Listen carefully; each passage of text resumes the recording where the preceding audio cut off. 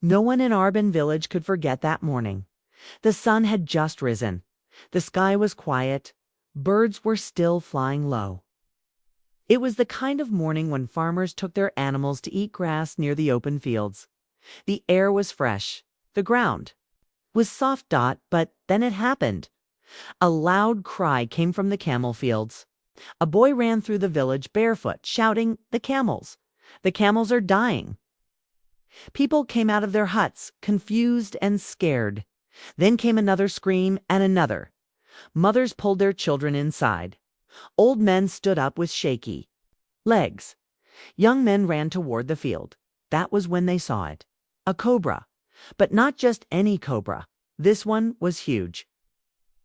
Longer than a man, darker than night, with eyes like hot fire and a hood that spread like a deadly fan. It stood tall, right in the middle of the field, hissing loud like boiling water. Beside the cobra, 4 camels were lying on the ground, their legs shaking, foam in their mouths. 2 more were crying and running in circles, confused and scared. The villagers stood frozen.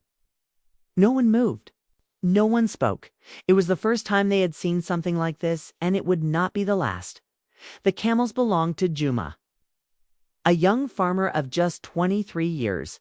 Juma had no parents. His mother died when he was a baby. His father was lost in the big drought many years ago. All he had in this world were his camels, 22 strong, beautiful animals. He treated them like family. He cleaned their wounds. He fed them the best grass. He spoke to them like friends. But now 6 of them were gone. Juma stood at the edge of the field, watching his camels die. Tears ran down his face. His chest felt tight. His legs were weak. The cobra didn't move. It watched Juma. Its tongue came out and in, like it was tasting the sadness. One of the village elders said, "This is no normal snake. It is a spirit. It has come with a curse." Another man said, "It is angry. We have done something wrong." Women started covering their doors with red cloth. Children were told not to leave the huts. Drums were not played. Songs were not sung. The village had fallen into fear. That same week, another farmer lost 3 camels. Then a third farmer lost 2. Every morning, the cobra returned. Every morning. More camels died. The snake would come, eat the grass, attack, and disappear back into the thick bushes before anyone could stop it. The villagers called it Nyamawa, Kifo, the beast of death. Juma could not sleep at night. He sat outside his hut, watching the sky, counted his camels again and again. Every day there were fewer. He spoke to the village elders. "I will fight the cobra," he said. They laughed. "You are just a boy," one old man said. "Do you want to die too?" Another said, "That snake is not of this world. You cannot fight a spirit." But Juma's heart was full of pain. These camels were his life. Without them, he had nothing. No food, no trade, no bride, no future. That night, he walked to the edge of the field. He saw the spot where the cobra had stood. He touched the blood on the soil. It was dry now, but the pain was fresh. He dropped to his knees and cried. His hands pulled at the earth. "I have nothing left," he whispered. Then from behind him a voice spoke. "Juma." He turned. It was Mama McKeel, an old woman who lived far from the village center. Many said she spoke to spirits. Some feared her, others said she had saved lives. "The cobra is not only a beast," she said. "It is a test. You must choose, fight or run." Juma wiped his tears. "How can I fight it? I am one. It is powerful." She reached into her basket and gave him 3 things: a sharp curved knife, a small gourd of honey, and a bracelet made of cow bone. "Wear this," she said. "And when you see the cobra, do not scream, do not shake. Look into its eyes and strike." Juma held the items tight. He felt the bones shake in his hand. The next morning, before even the birds sang, Juma woke. He did not eat. He did not speak. He walked toward the camel field, barefoot, with the knife tied to his belt, the honey in his pocket. and the bone bracelet around his wrist. The sky was still dark. The air was heavy. He reached the field. It was quiet, but he knew it would not stay that way. He opened the fence for the camels. They walked out slowly, still scared. He poured the honey on some fresh grass and waited. Minutes passed. Then the grass moved. The ground made a soft rustling sound. The cobra appeared. It rose from the bushes like a shadow. Its body was thick. Its tongue flicked fast. Its eyes found Juma. The camels ran to the other side. Juma did not move. He stood like a tree. The cobra moved closer, past the grass, past the fence. It came straight for him.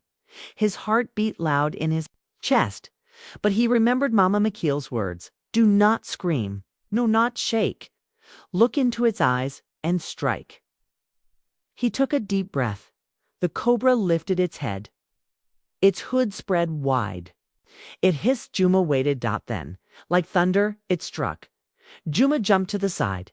The snake missed his leg by a small inch. He pulled the knife and turned.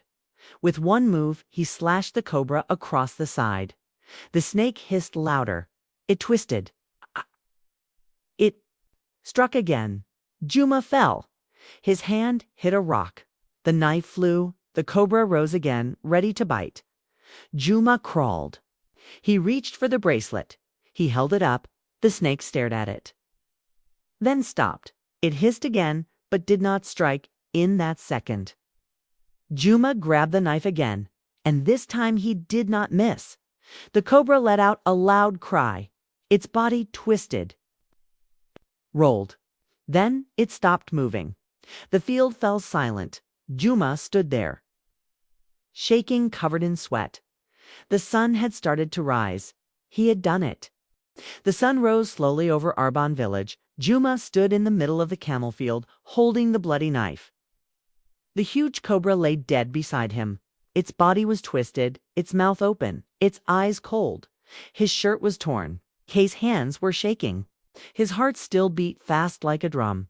But he was alive, and the cobra was not. The camels that had run away were slowly returning. They moved close to Juma, sniffing the ground. One of them even licked his face. He smiled through his tears. He had saved them.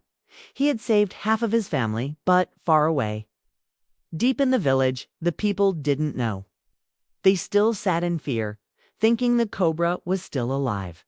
The elders were still praying. Women were still crying. Children were still hiding in their huts. No one had seen what Juma had done. No one believed he could win. Juma walked back into the village with a dead cobra tied to a stick. He dragged it behind him like a trophy. Its body left a line in the dust. People came out slowly. Their eyes grew wide. Mouths opened. But no one spoke. He dropped the cobra in the center of the village square. Blood poured from its neck. I have killed the beast, Juma said. His voice was dry and low. Silence, then whispers. Is it true? That is the same cobra? He did it alone. The village chief, a man named Barasa, stepped forward. He looked at the snake, then at Juma. His eyes were serious. You killed this? He asked. Juma nodded. This morning. In the field? How? Juma held up the knife and the bone bracelet. With courage, with help. Some villagers stepped forward to look at the cobra. Others still stayed back, afraid it might rise again. Then Mama McKeel walked into the square. She looked at the dead snake and smiled.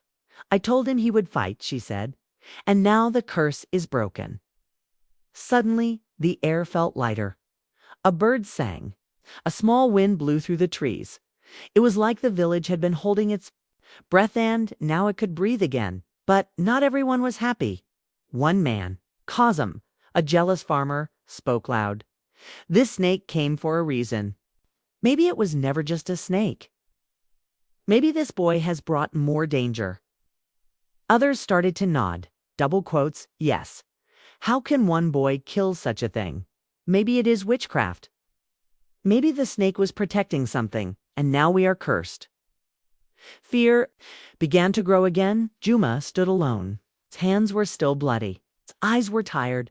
I did not bring the snake, he said, but I ended its pain. It was killing us, our animals. I had no choice, but doubt had entered the village. Fear can be strong, and fear can make people blind. That night, some villagers stayed awake, whispering. Others blocked their huts with stones. Even though the cobra was dead, the people were still afraid. They had lived with fear for too long. They didn't know how to stop. Juma sat beside his camels. He didn't return to the village. He slept in the field close to the animals he had saved. That night, he heard a strange sound. He opened his eyes. There was smoke. He stood up quickly. He saw it. His small hut was on fire. Someone had burned it. Villagers gathered again, but no. One spoke, no one said who did it. Juma did not cry. He did not shout. He only looked up and said, "Even after I saved you, you still burn my home." He turned and walked back to his camels. Mama Makeel followed him. They fear what they do not understand, she said. But time will teach them. Juma smiled a small, sad smile. I will rebuild, not with wood, but with love. And that is what he did. He built a shelter near the field. He took care of the camels. Every day he fed them. He gave water to other animals too. Poor farmers came to him, and he shared grass with them. He became quiet but strong. Soon people started coming to him for advice. They asked him, "How did you fight the cobra?" And he would say, "You do not fight fear with fear. You fight fear with courage. You fight it with faith." 5. Resolution: the farmer who changed the village one day. A woman brought her sick goat to Juma. He gave it herbs and water. Another day, a young boy came with a hurt bird. Juma cleaned the wing and wrapped it with soft cloth. Little by little, people saw his heart. They remembered what he had done. They remembered how many camels had died and how many he had saved. And finally, the village changed. The chief called for a new meeting. "We were wrong," he said in front of everyone. "Juma saved us and we did not honor him." The people clapped. Some cried. Some hung their heads. That day, they made a special mark at the center of the village, a wooden statue of a camel with a knife under it. At the base, they wrote, "To Juma, the farmer who faced the cobra. He lost much but saved more."